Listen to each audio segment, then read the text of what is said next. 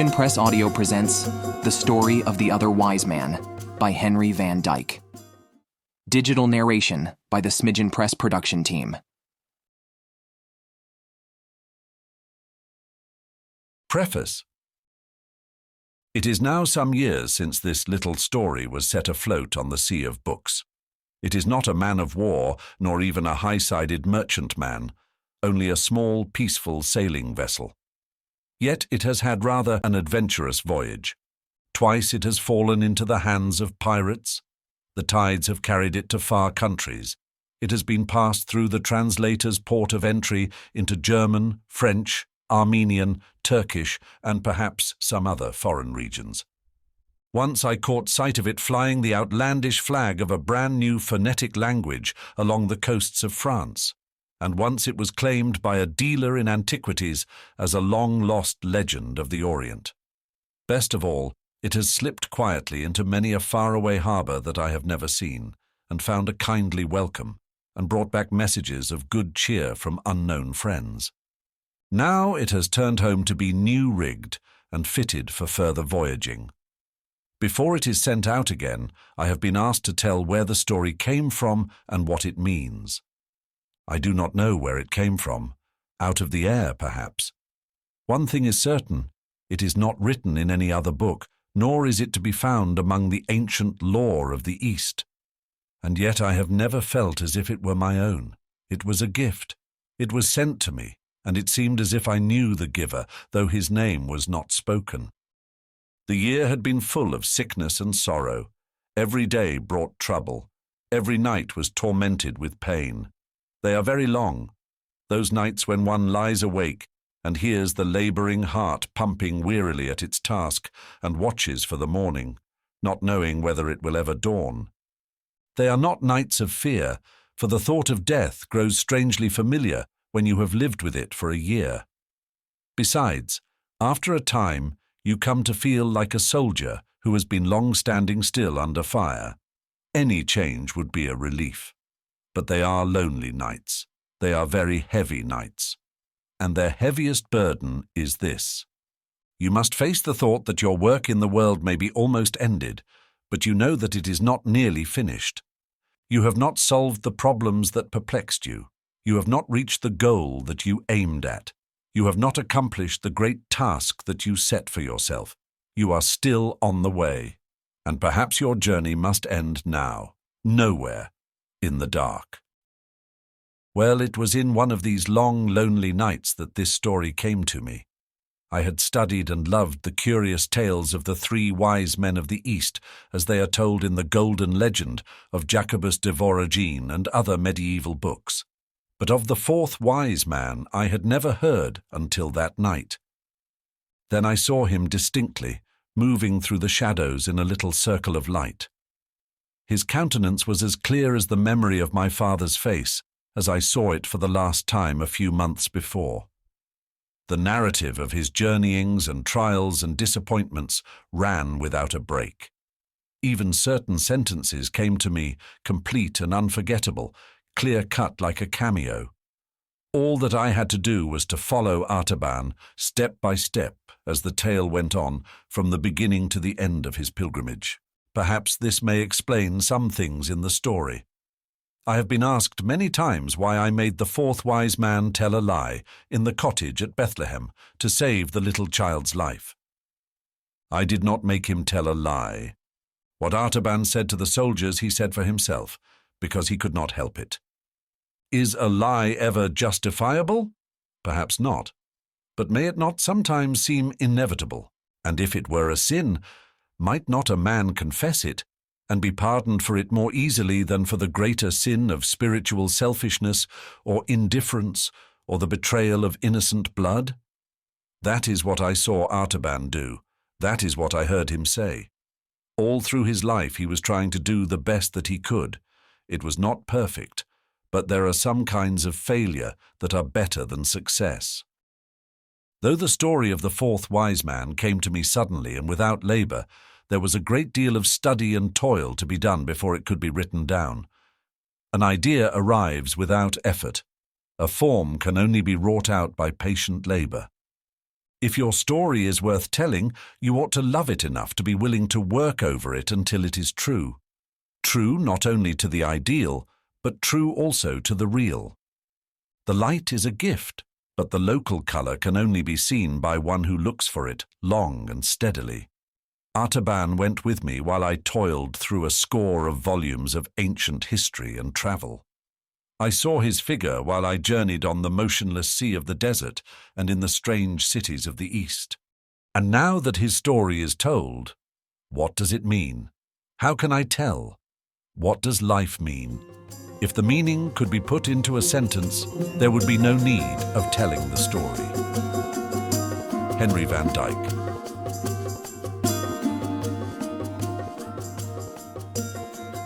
You know the story of the 3 wise men of the East, and how they travelled from far away to offer their gifts at the manger cradle in Bethlehem.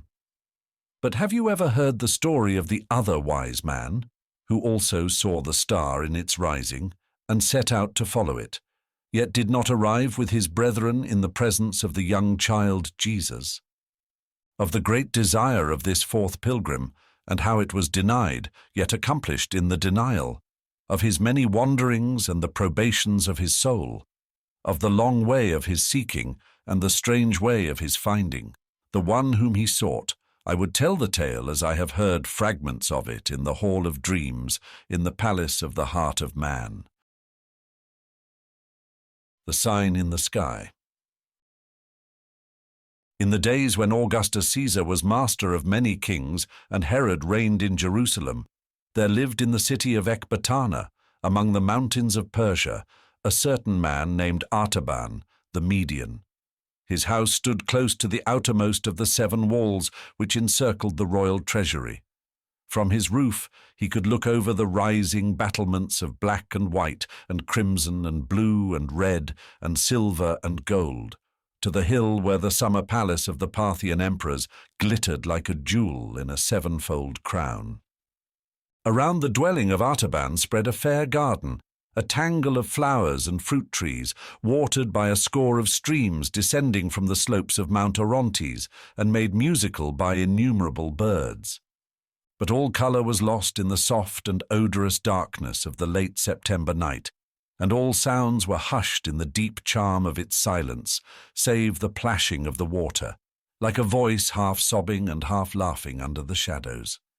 High above the trees a dim glow of light shone through the curtained arches of the upper chamber, where the master of the house was holding council with his friends. He stood by the doorway to greet his guests, a tall, dark man of about 40 years, with brilliant eyes set near together under his broad brow, and firm lines graven around his fine, thin lips. The brow of a dreamer and the mouth of soldier, a man of sensitive feeling but inflexible will. One of those who, in whatever age they may live, are born for inward conflict and a life of quest. His robe was of pure white wool thrown over a tunic of silk, and a white pointed cap with long lapels at the sides rested on his flowing black hair.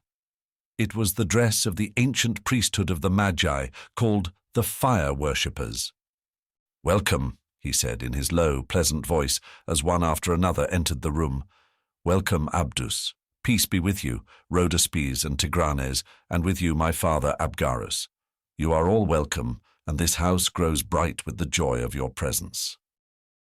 There were 9 of the men, differing widely in age, but alike in the richness of their dress of many-coloured silks, and in the massive golden collars around their necks, marking them as Parthian nobles, and the winged circles of gold resting upon their breasts, the sign of the followers of Zoroaster. They took their places around a small black altar at the end of the room, where a tiny flame was burning. Artaban, standing beside it and waving a barsom of thin tamarisk branches above the fire, fed it with dry sticks of pine and fragrant oils. Then he began the ancient chant of the Yasna, and the voices of his companions joined in the beautiful hymn to Ahura Mazda.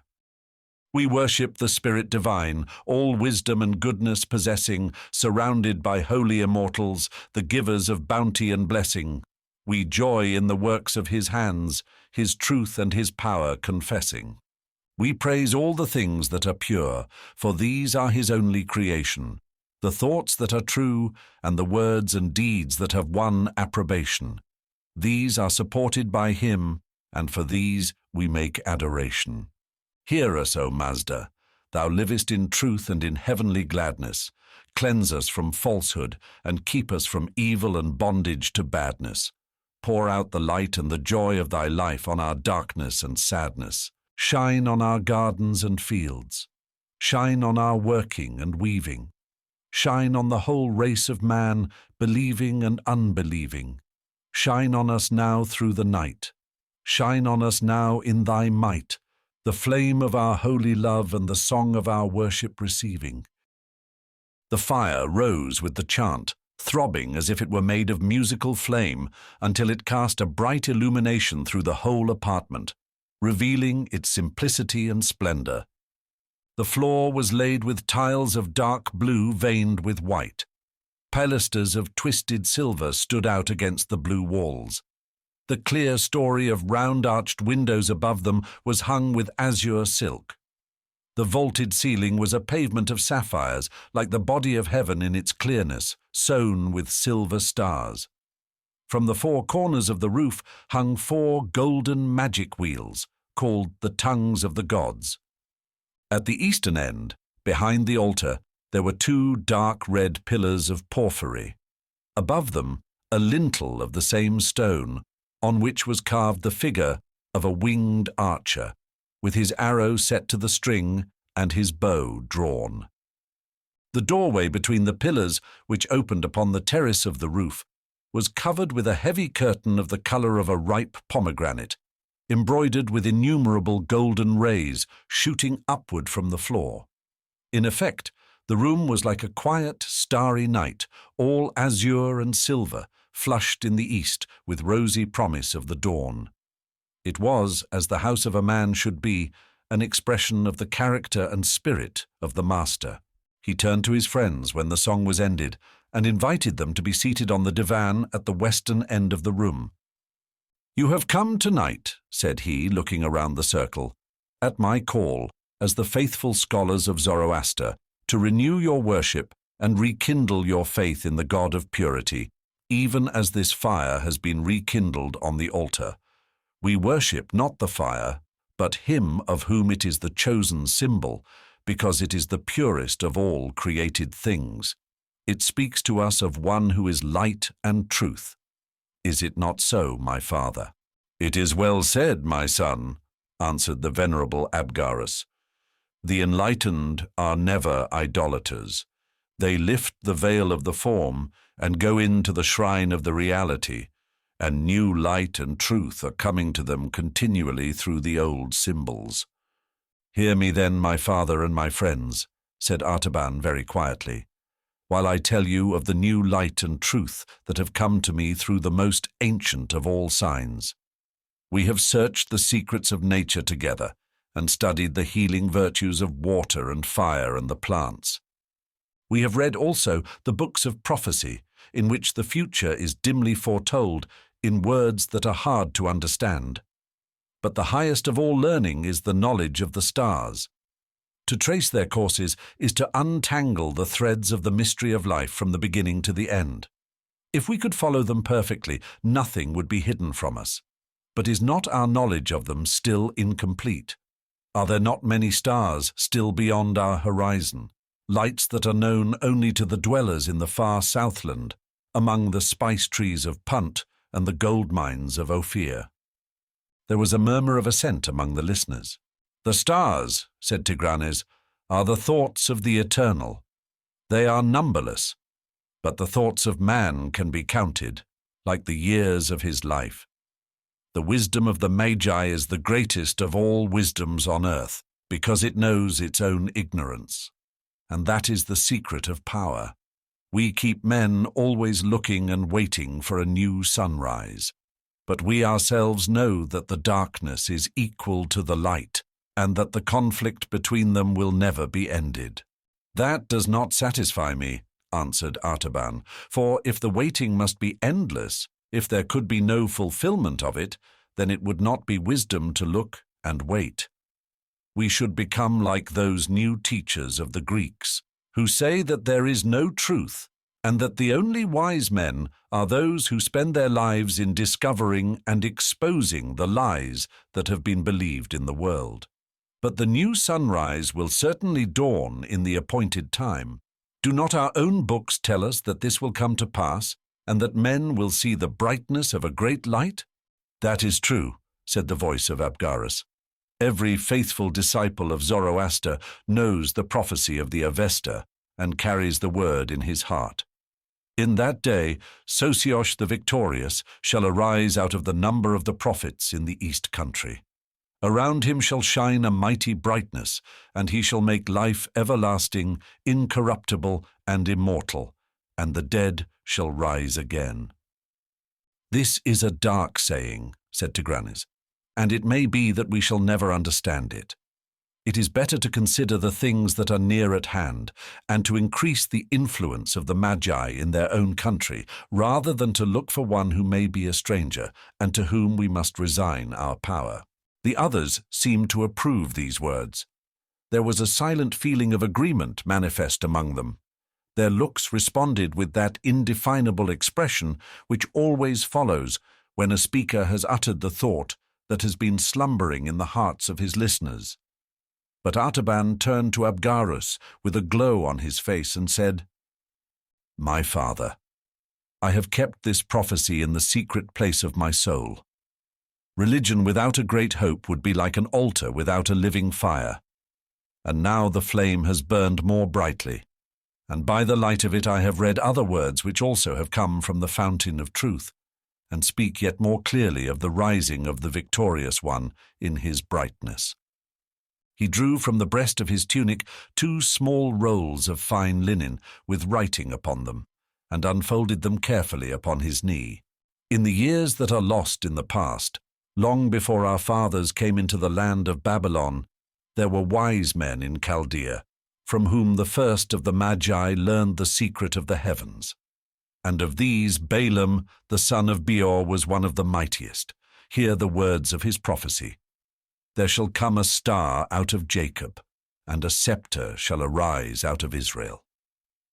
The lips of Tigranes drew downward with contempt as he said, Judah was a captive by the waters of Babylon, and the sons of Jacob were in bondage to our kings. The tribes of Israel are scattered through the mountains like lost sheep, and from the remnant that dwells in Judea under the yoke of Rome, neither star nor scepter shall arise. And yet, answered Artaban, it was the Hebrew Daniel, the mighty searcher of dreams, the counselor of kings, the wise Belteshazzar, who was most honored and beloved of our great King Cyrus. A prophet of sure things and a reader of the thoughts of God, Daniel proved himself to our people. And these are the words that he wrote. Artaban read from the second roll. Know, therefore, and understand that from the going forth of the commandment to restore Jerusalem unto the Anointed One, the Prince, the time shall be 67 weeks. But, my son, said Abgarus doubtfully, these are mystical numbers. Who can interpret them, or who can find the key that shall unlock their meaning? Artaban answered, It has been shown to me and to my 3 companions among the Magi, Caspar, Melchior, and Balthazar. We have searched the ancient tablets of Chaldea and computed the time. It falls in this year. We have studied the sky, and in the spring of the year we saw 2 of the greatest stars draw near together in the sign of the fish, which is the house of the Hebrews. We also saw a new star there, which shone for one night and then vanished. Now again the 2 great planets are meeting. This night is their conjunction. My 3 brothers are watching at the ancient temple of the 7 spheres at Borsippa in Babylonia, and I am watching here. If the star shines again, they will wait 10 days for me at the temple, and then we will set out together for Jerusalem to see and worship the promised one who shall be born King of Israel. I believe the sign will come. I have made ready for the journey. I have sold my house and my possessions and bought these 3 jewels, a sapphire, a ruby, and a pearl, to carry them as tribute to the king, and I ask you to go with me on the pilgrimage, that we may have joy together in finding the prince who is worthy to be served." While he was speaking, he thrust his hand into the inmost fold of his girdle and drew out 3 great gems, one blue as a fragment of the night sky, one redder than a ray of sunrise, and one as pure as the peak of a snow mountain at twilight, and laid them on the outspread linen scrolls before him. But his friends looked on with strange and alien eyes. A veil of doubt and mistrust came over their faces, like a fog creeping up from the marshes to hide the hills. They glanced at each other with looks of wonder and pity, as those who have listened to incredible sayings, the story of a wild vision, or the proposal of an impossible enterprise. At last, Tigranes said, "Artaban, this is a vain dream. It comes from too much looking upon the stars and the cherishing of lofty thoughts. It would be wiser to spend the time in gathering money for the new fire temple at Chala. No king will ever rise from the broken race of Israel, and no end will ever come to the eternal strife of light and darkness. He who looks for it is a chaser of shadows. Farewell." And another said, "Artaban, I have no knowledge of these things, and my office as guardian of the royal treasure binds me here. The quest is not for me, but if thou must follow it, fare thee well." And another said, "In my house there sleeps a new bride, and I cannot leave her nor take her with me on this strange journey. This quest is not for me, but may thy steps be prospered wherever thou goest. So farewell." And another said, "I am ill and unfit for hardship, but there is a man among my servants whom I will send with thee when thou goest, to bring me word how thou farest." But Abgarus, the oldest and the one who loved Artaban the best, lingered after the others had gone, and said gravely, "My son, it may be that the light of truth is in this sign that has appeared in the skies, and then it will surely lead to the prince and the mighty brightness. Or it may be that it is only a shadow of the light, as Tigranes has said, and then he who follows it will have only a long pilgrimage and an empty search. But it is better to follow even the shadow of the best than to remain content with the worst. And those who would see wonderful things must often be ready to travel alone. I am too old for this journey, but my heart shall be a companion of the pilgrimage day and night, and I shall know the end of thy quest. Go in peace." So one by one they went out of the azure chamber with its silver stars, and Artaban was left in solitude. He gathered up the jewels and replaced them in his girdle. For a long time he stood and watched the flame that flickered and sank upon the altar. Then he crossed the hall, lifted the heavy curtain, and passed out between the dull red pillars of porphyry to the terrace on the roof. The shiver that thrills through the earth ere she rouses from her night sleep had already begun, and the cool wind that heralds the daybreak was drawing downward from the lofty snow-traced ravines of Mount Orontes. Birds, half awakened, crept and chirped among the rustling leaves, and the smell of ripened grapes came in brief wafts from the arbours.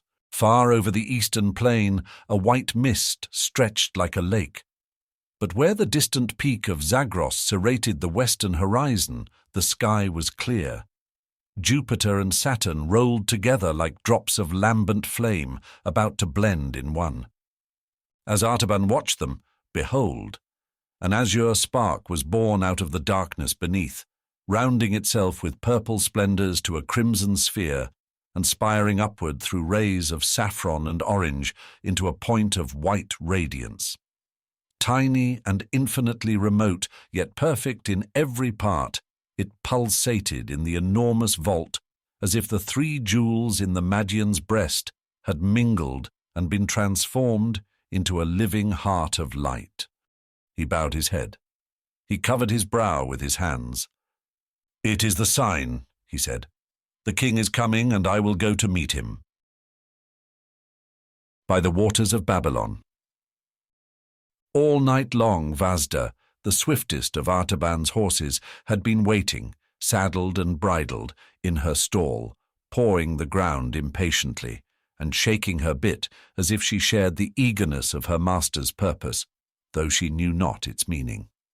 Before the birds had fully roused to their strong, high, joyful chant of morning song, before the white mist had begun to lift lazily from the plain, the other wise man was in the saddle, riding swiftly along the high road which skirted the base of Mount Orontes westward.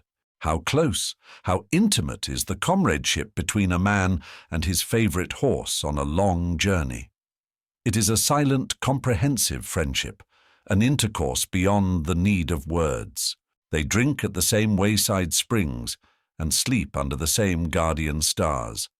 They are conscious together of the subduing spell of nightfall and the quickening joy of daybreak.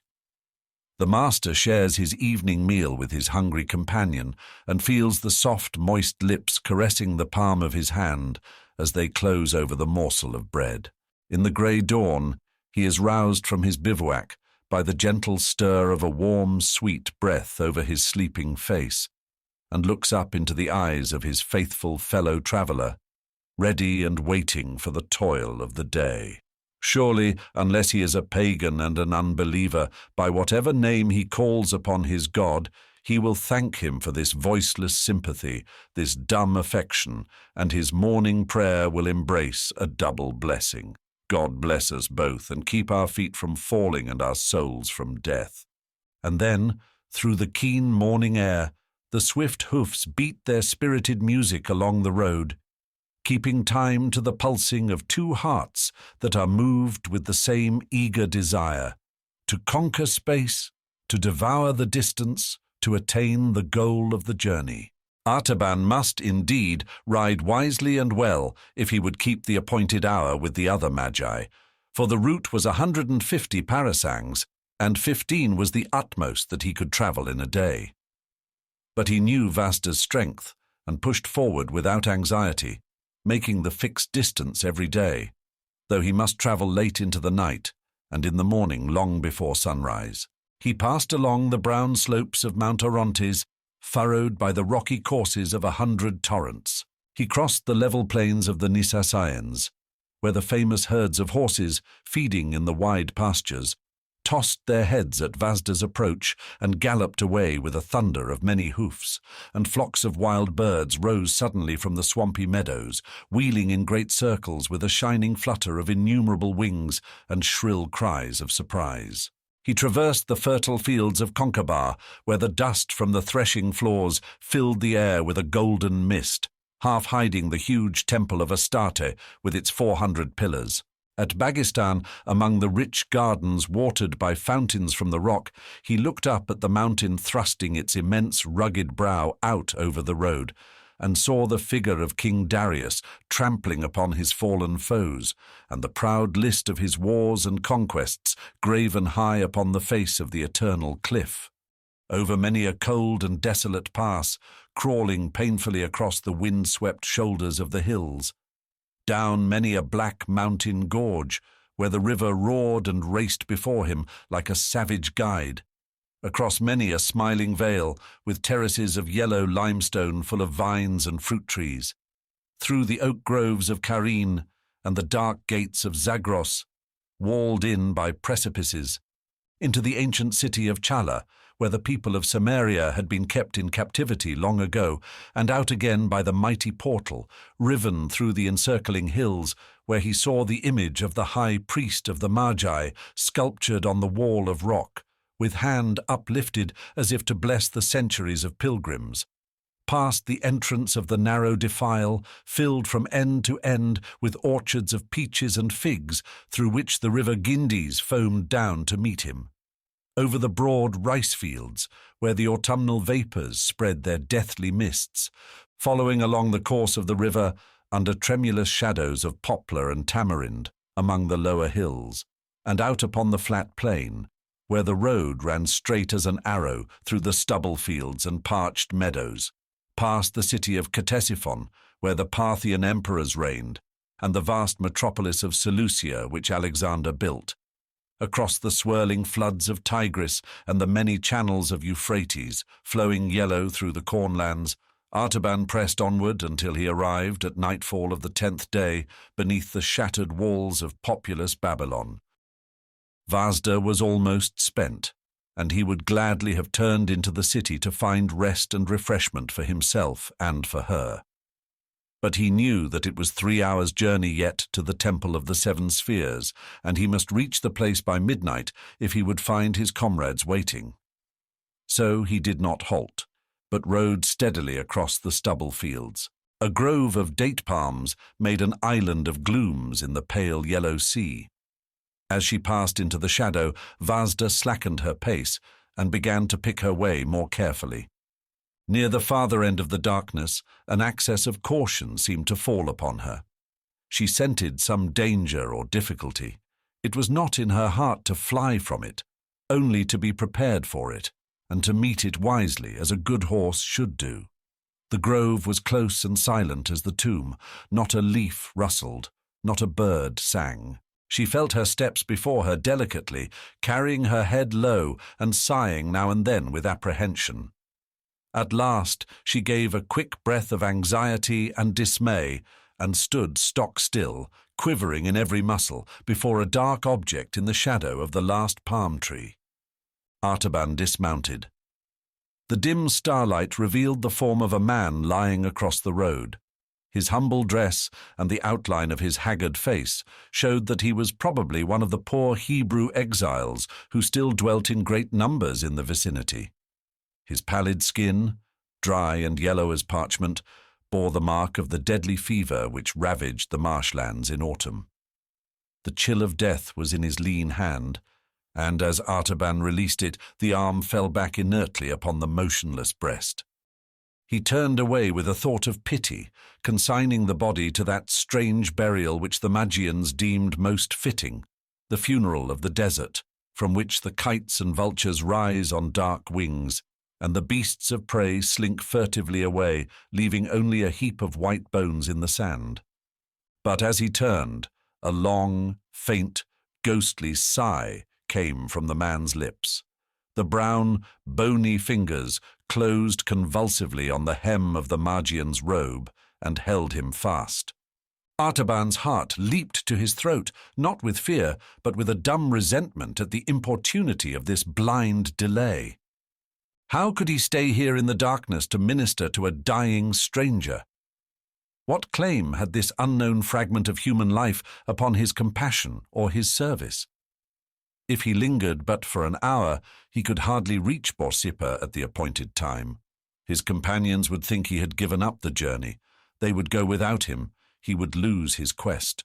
But if he went on now, the man would surely die. If he stayed, life might be restored. His spirit throbbed and fluttered with the urgency of the crisis. Should he risk the great reward of his divine faith for the sake of a single deed of human love? Should he turn aside, if only for a moment, from the following of the star to give a cup of cold water to a poor, perishing Hebrew? God of truth and purity, he prayed, direct me in the holy path, the way of wisdom which only thou knowest. Then he turned back to the sick man. Loosening the grasp of his hand, he carried him to a little mound at the foot of the palm tree.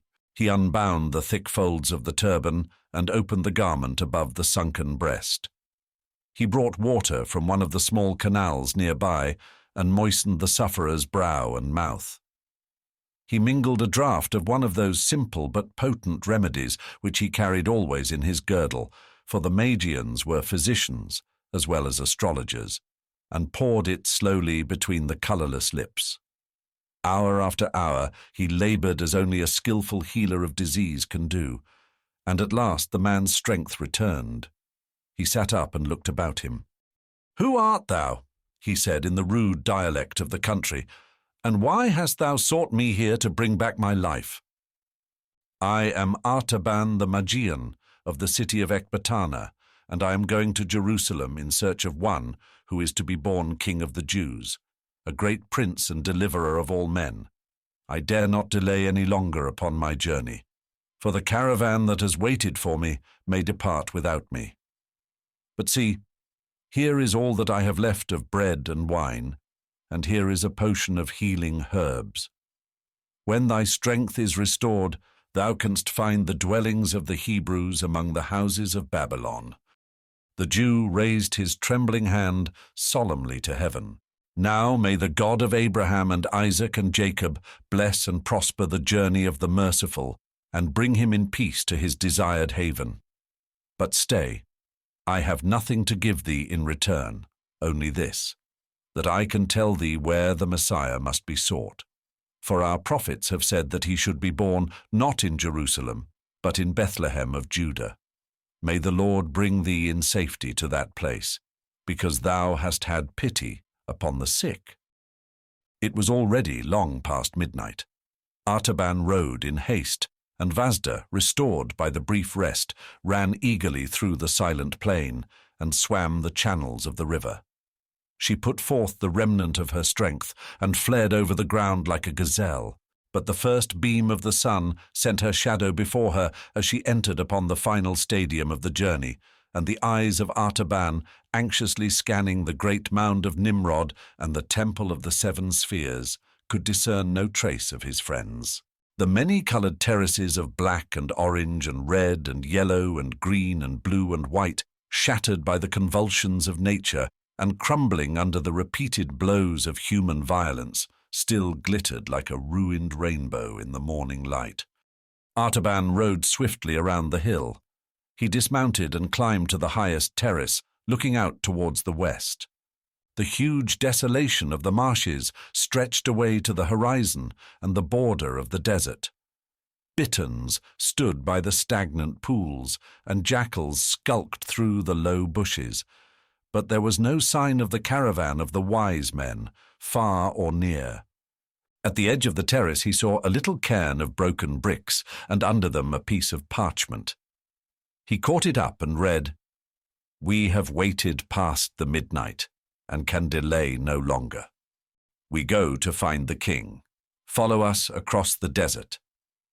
Artaban sat down upon the ground and covered his head in despair. "How can I cross the desert," said he, "with no food and with a spent horse? I must return to Babylon, sell my sapphire, and buy a train of camels and provision for the journey. I may never overtake my friends. Only God the merciful knows whether I shall not lose the sight of the king because I tarried to show mercy." For the sake of a little child. There was a silence in the Hall of Dreams, where I was listening to the story of the other wise man. And through this silence I saw, but very dimly, his figure passing over the dreary undulations of the desert, high upon the back of his camel, rocking steadily onward like a ship over the waves. The land of death spread its cruel net around him. The stony wastes bore no fruit but briars and thorns. The dark ledges of rock thrust themselves above the surface here and there like the bones of perished monsters. Arid and inhospitable mountain ranges rose before him, furrowed with dry channels of ancient torrents, white and ghastly as scars on the face of nature. Shifting hills of treacherous sand were heaped like tombs along the horizon. By day, the fierce heat pressed its intolerable burden on the quivering air, and no living creature moved on the dumb, swooning earth but tiny jerboas scuttling through the parched bushes, or lizards vanishing in the clefts of the rock. By night the jackals prowled and barked in the distance, and the lion made the black ravines echo with his hollow roaring, while a bitter, blighting chill followed the fever of the day. Through heat and cold, the Magian moved steadily onward. Then I saw the gardens and orchards of Damascus, watered by the streams of Aldana and Pharpar, with their sloping swards inlaid with bloom, and their thickets of myrrh and roses. I saw also the long snowy ridge of Hermon, and the dark groves of cedars, and the valley of the Jordan, and the blue waters of the lake of Galilee, and the fertile plain of Esdraelon, and the hills of Ephraim, and the highlands of Judah. Through all these I followed the figure of Artaban moving steadily onward until he arrived at Bethlehem.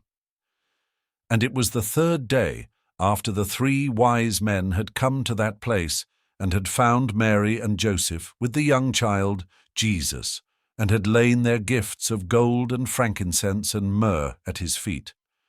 Then the other wise man drew near, weary but full of hope, bearing his ruby and his pearl to offer to the king. For now at last, he said, I shall surely find him, though it be alone, and later than my brethren. This is the place of which the Hebrew exile told me that the prophets had spoken, and here I shall behold the rising of the great light. But I must inquire about the visit of my brethren, and to what house the star directed them, and to whom they presented their tribute. The streets of the village seemed to be deserted, and Artaban wondered whether the men had all gone up to the hill pastures to bring down their sheep. From the open door of a low stone cottage he heard the sound of a woman's voice singing softly. He entered and found a young mother hushing her baby to rest. She told him of the strangers from the far east who had appeared in the village 3 days ago, and how they said that a star had guided them to the place where Joseph of Nazareth was lodging with his wife and her newborn child, and how they had paid reverence to the child and given him many rich gifts. But the travellers disappeared again, she continued, as suddenly as they had come. We were afraid at the strangeness of their visit. We could not understand it. The man of Nazareth took the babe and his mother and fled away that same night secretly, and it was whispered that they were going far away to Egypt. Ever since there has been a spell upon the village, something evil hangs over it. They say that the Roman soldiers are coming from Jerusalem to force a new tax from us, and the men have driven the flocks and herds far back among the hills and hidden themselves to escape it. Artaban listened to her gentle, timid speech, and the child in her arms looked up in his face and smiled, stretching out its rosy hands to grasp at the winged circle of gold on his breast. His heart warmed to the touch. It seemed like a greeting of love and trust to one who had journeyed long in loneliness and perplexity, fighting with his own doubts and fears, and following a light that was veiled in clouds. Might not this child have been the promised prince? He asked within himself as he touched its soft cheek. Kings have been born here now in lowlier houses than this, and the favourite of the stars may rise even from a cottage, but it has not seemed good to the God of wisdom to reward my search so soon and so easily. The one whom I seek has gone before me, and now I must follow the king to Egypt. The young mother laid the babe in its cradle and rose to minister to the wants of the strange guest that fate had brought into her house. She set food before him, the plain fare of peasants, but willingly offered and therefore full of refreshment for the soul as well as for the body. Artaban accepted it gratefully, and as he ate, the child fell into a happy slumber and murmured sweetly in its dreams, and a great peace filled the quiet room. But suddenly there came the noise of a wild confusion and uproar in the streets of the village, a shrieking and wailing of women's voices, a clangor of brazen trumpets and a clashing of swords, and a desperate cry.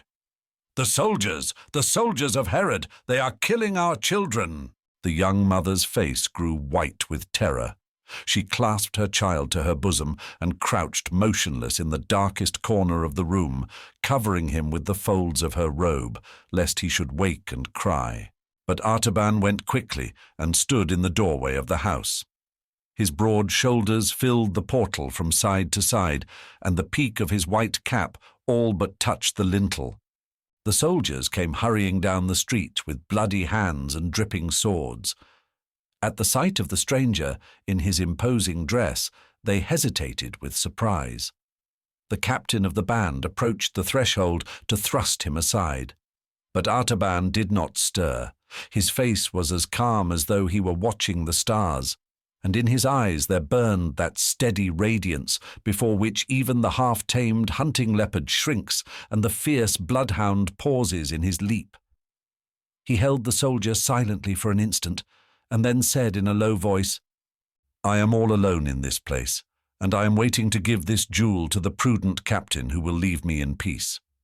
He showed the ruby, glistening in the hollow of his hand, like a great drop of blood. The captain was amazed at the splendor of the gem. The pupils of his eyes expanded with desire, and the hard lines of greed wrinkled around his lips. He stretched out his hand and took the ruby. "March on!" he cried to his men. "There is no child here. The house is still." The clamour and the clang of arms pass down the street as the headlong fury of the chase sweeps by the secret covert where the trembling deer is hidden. Artaban re-entered the cottage. He turned his face to the east and prayed, "God of truth, forgive my sin. I have said the thing that is not, to save the life of a child, and 2 of my gifts are gone. I have spent for man that which was meant for God. Shall I ever be worthy to see the face of the king?" But the voice of the woman, weeping for joy in the shadow behind him, said very gently, "Because thou hast saved the life of my little one, may the Lord bless thee and keep thee. The Lord make his face to shine upon thee and be gracious unto thee. The Lord lift up his countenance upon thee and give thee peace." In the hidden way of sorrow. Then again there was a silence in the Hall of Dreams, deeper and more mysterious than the first interval, and I understood that the years of Artaban were flowing very swiftly under the stillness of that clinging fog, and I caught only a glimpse here and there of the river of his life shining through the shadows that concealed its course. I saw him moving among the throngs of men in populous Egypt, seeking everywhere for traces of the household that had come down from Bethlehem, and finding them under the spreading sycamore trees of Heliopolis, and beneath the walls of the Roman fortress of New Babylon beside the Nile, traces so faint and dim that they vanished before him continually, as footprints on the hard river sand glisten for a moment with moisture and then disappear. I saw him again at the foot of the pyramids, which lifted their sharp points into the intense saffron glow of the sunset sky, changeless monuments of the perishable glory and the imperishable hope of man. He looked up into the vast countenance of the crouching Sphinx and vainly tried to read the meaning of the calm eyes and smiling mouth. Was it, indeed, the mockery of all effort and all aspiration, as Tigranes had said, the cruel jest of a riddle that has no answer, a search that never can succeed? Or was there a touch of pity and encouragement in that inscrutable smile, a promise that even the defeated should attain a victory, and the disappointed should discover a prize, and the ignorant should be made wise, and the blind should see, and the wandering should come into the haven at last? I saw him again in an obscure house of Alexandria, taking counsel with a Hebrew rabbi. The venerable man, bending over the rolls of parchment on which the prophecies of Israel were written, read aloud the pathetic words which foretold the sufferings of the promised Messiah, the despised and rejected of men, the man of sorrows and the acquaintance of grief. "And remember, my son," said he, fixing his deep-set eyes upon the face of Artaban, "the king whom you are seeking is not to be found in a palace, nor among the rich and powerful. If the light of the world and the glory of Israel had been appointed to come with the greatness of earthly splendor, it must have appeared long ago. For no son of Abraham will ever again rival the power which Joseph had in the palaces of Egypt, or the magnificence of Solomon throned between the lions in Jerusalem. But the light for which the world is waiting is a new light, the glory that shall rise out of patient and triumphant suffering. And the kingdom which is to be established forever is a new kingdom, the royalty of perfect and unconquerable love. I do not know how this shall come to pass, nor how the turbulent kings and peoples of earth shall be brought to acknowledge the Messiah and pay homage to him. But this I know: those who seek him will do well to look among the poor and the lowly, the sorrowful and the oppressed. So I saw the other wise man again and again, traveling from place to place, and searching among the people of the dispersion with whom the little family from Bethlehem might perhaps have found a refuge. He passed through countries where famine lay heavy upon the land, and the poor were crying for bread. He made his dwelling in plague-stricken cities where the sick were languishing in the bitter companionship of helpless misery. He visited the oppressed and the afflicted in the gloom of subterranean prisons, and the crowded wretchedness of slave markets, and the weary toil of galley ships. In all this populous and intricate world of anguish, though he found none to worship, he found many to help. He fed the hungry, and clothed the naked, and healed the sick, and comforted the captive, and his years went by more swiftly than the weaver's shuttle that flashes back and forth through the loom while the web grows and the invisible pattern is completed. It seemed almost as if he had forgotten his quest. But once I saw him for a moment as he stood alone at sunrise, waiting at the gate of a Roman prison. He had taken from a secret resting place in his bosom the pearl, the last of his jewels. As he looked at it, a mellower lustre, a soft and iridescent light, full of shifting gleams of azure and rose, trembled upon its surface. It seemed to have absorbed some reflection of the colours of the lost sapphire and ruby. So the profound, secret purpose of a noble life draws into itself the memories of past joy and past sorrow. All that has helped it, all that has hindered it, is transfused by a subtle magic into its very essence.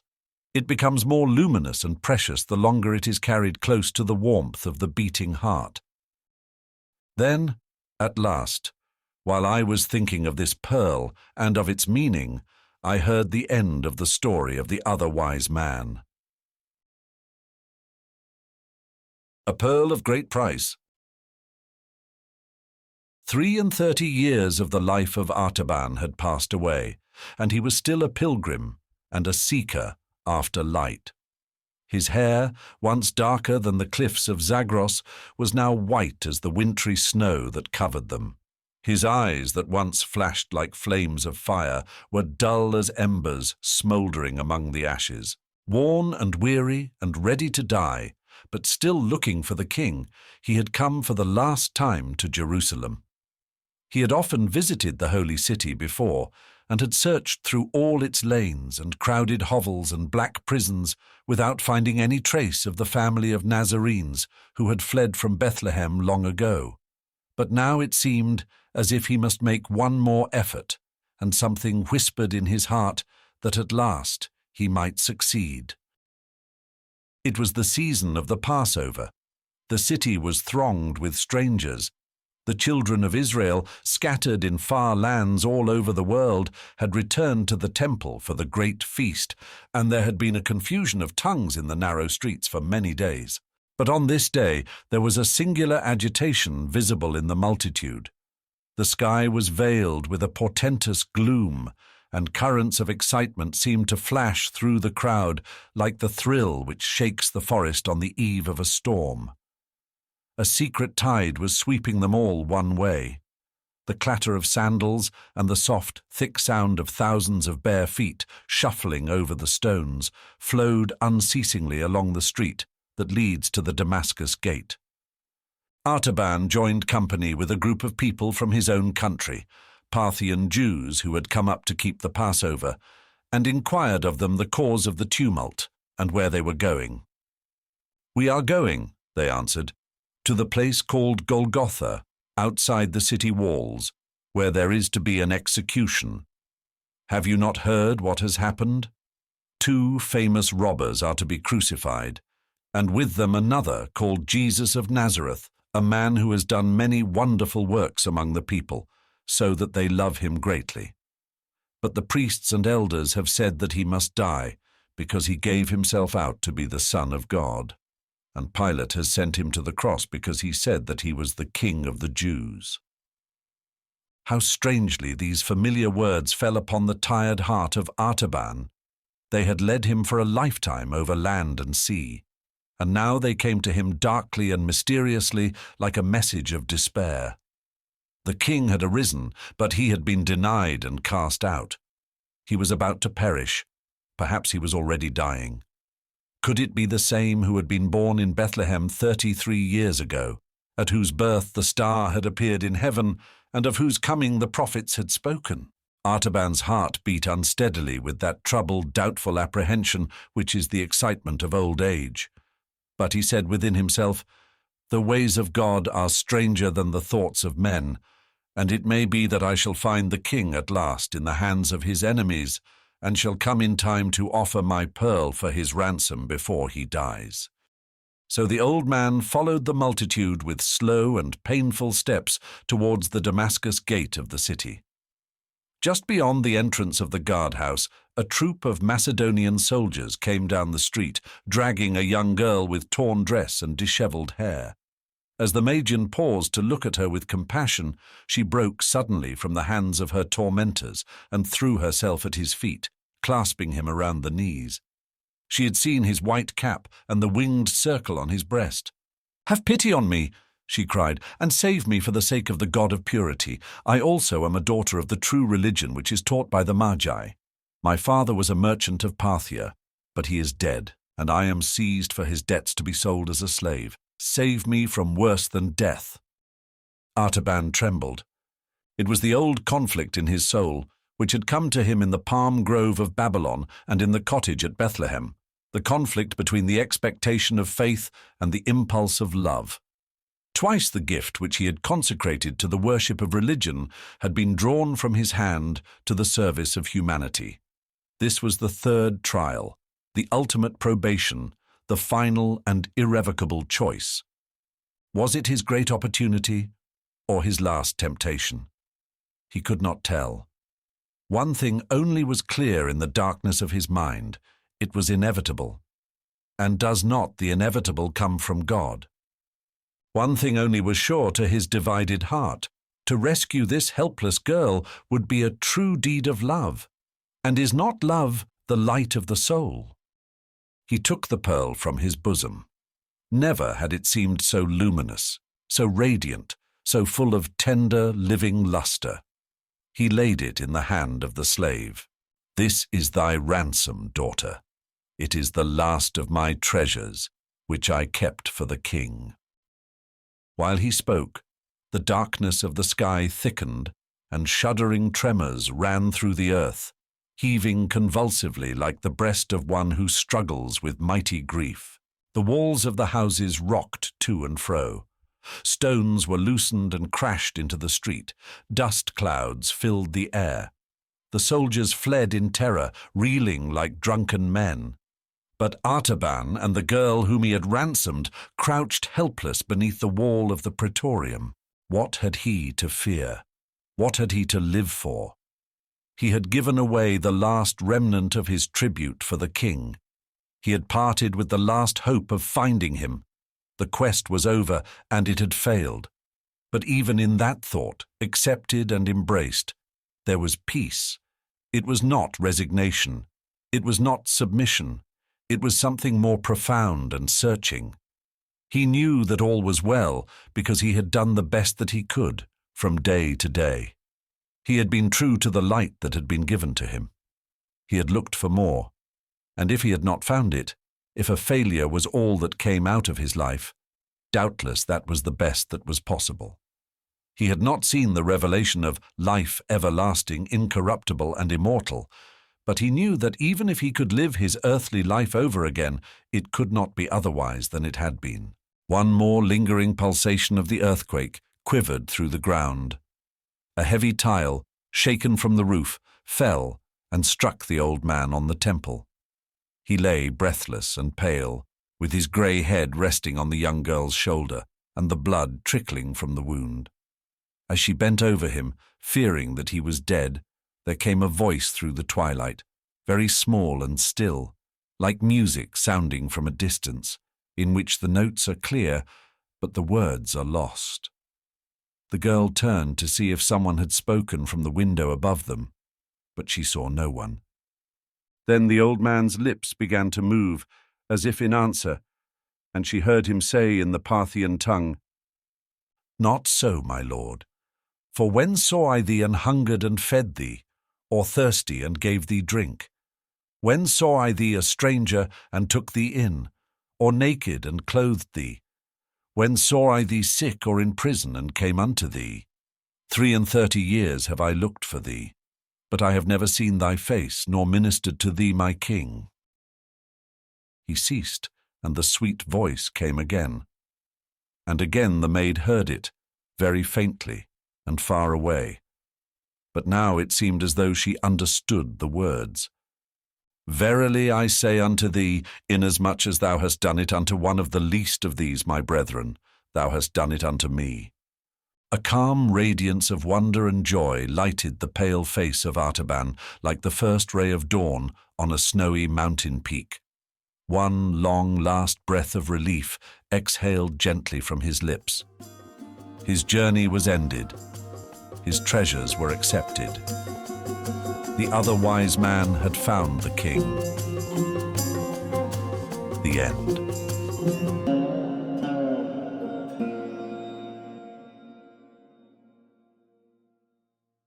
About this edition.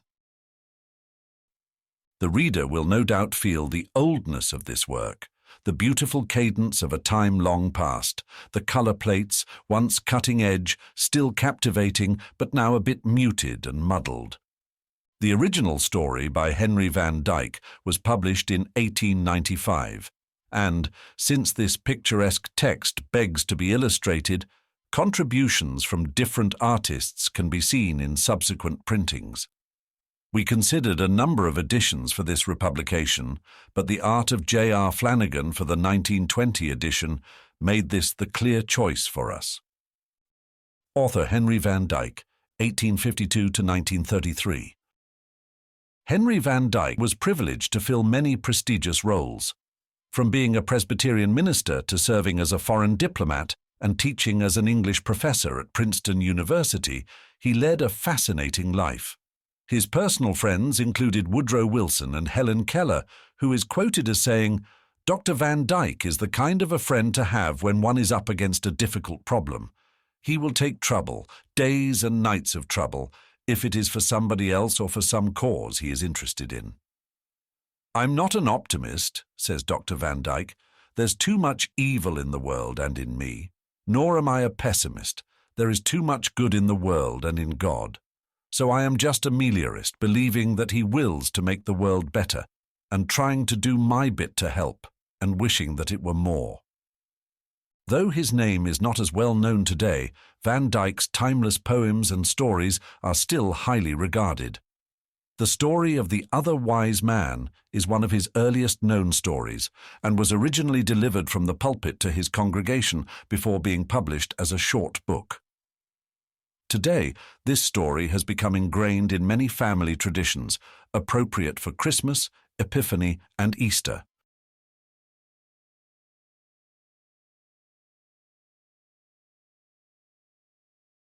Illustrator J.R. Flanagan, 1895 to 1964. John Richard J.R. Flanagan was an Australian artist who was told in art school that he would never be able to draw. As was reflected throughout the rest of his life, his stubborn determination proved that teacher wrong. The young man travelled extensively, believing that staying in one place would limit him. Once he came to the United States, he took on The Other Wise Man as one of the first projects of his professional career, and he also illustrated novels by authors such as Sir Arthur Conan Doyle and Rudyard Kipling. He then went on to a more lucrative career in illustrating for magazines and then comic books. Flanagan is credited with being the first Australian artist to create unique work for the American comic book industry. In 1927, a great description of the artist in the Sydney Truth newspaper caught his likeness. Extraordinarily young, a quite delightful friendliness in the straight glance of his eye and the contagion of his smile, possessing a rare charm of personality, bearing no insignia of greatness save the unobtrusive modesty that is the hallmark of the truly great. That's Jack Flanagan. This has been The Story of the Other Wise Man, republished by Smidgen Press in 2021. Audio production copyright 2024. Visit smidgenpress.com for more information, and thanks for listening.